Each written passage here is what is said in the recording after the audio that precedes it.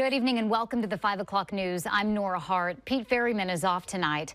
First at 5, officials are making changes to how Oregon's DMV automatically registers voters. This comes after the agency found over 1,200 people may have been mistakenly registered to vote when applying for a driver's license. Fox 12 investigative reporter Adrian Thomas is here now with the details.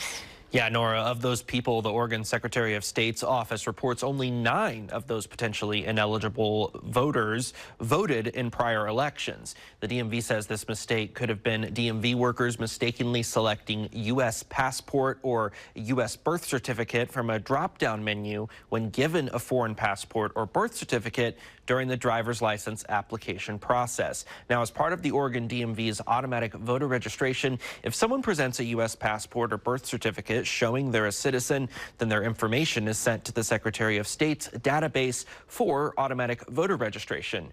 In response to this issue, the DMV says it's changing its system to ensure workers don't make these mistakes in the future, including requiring staff to enter state and county for all U.S. birth certificates to decrease the chance that a foreign birth certificate will be misidentified as a U.S. birth certificate. In a press conference today, state elections officials still stand behind the DMV's automatic voter registration. Automatic voter registration at the DMV remains the most trusted and secure method for engaging eligible voters in our democracy. The error we're talking about today impacted 1,259 records. That's 0.1% of all the registrations that have come through the DMV.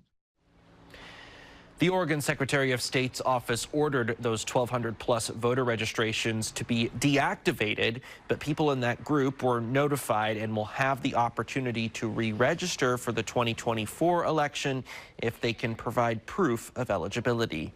And a short time ago, Governor Tina Kotek ordered this afternoon a further review of the DMV's voter registration program to see where improvements can be made so mistakes like this don't happen again. Live in studio, Adrian Thomas, Fox 12 Oregon.